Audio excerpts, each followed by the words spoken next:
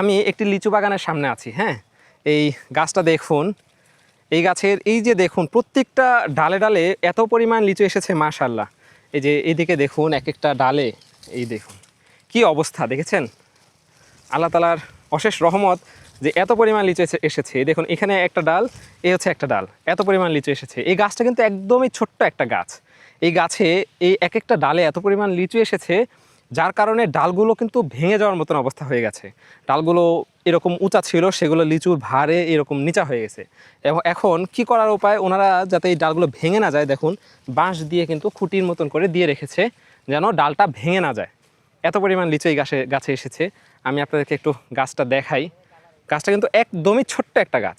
এই যে দেখুন একদমই ছোট্ট একটা গাছ। এই গাছে আল্লাহ তাআলার রহমতে এত পরিমাণ লিচু এসেছে। আমি একটু ভেতরে যাই। ভেতরে যেতে হলে এই হামাগুড়ি দিয়ে ভিতরে আসতে হবে, কারণ গাছটা অনেক ছোট। এই দেখুন গাছটা কত চিকন, ছোট্ট একটা গাছ। গাছের বয়সও কিন্তু খুব বেশি না।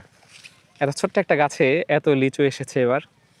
এবং ওইদিকে যেমন দেখালাম আপনাকে, বাঁশ দিয়ে এটা দাঁড় করে রাখা হয়েছে। এই পাশেও দেখেন দুইটা বাঁশ দিয়ে দুইটা ডালকে প্রোটেকশন দেওয়া হয়েছে যেন ওজনে ভেঙে না যায়। মাশাআল্লাহ।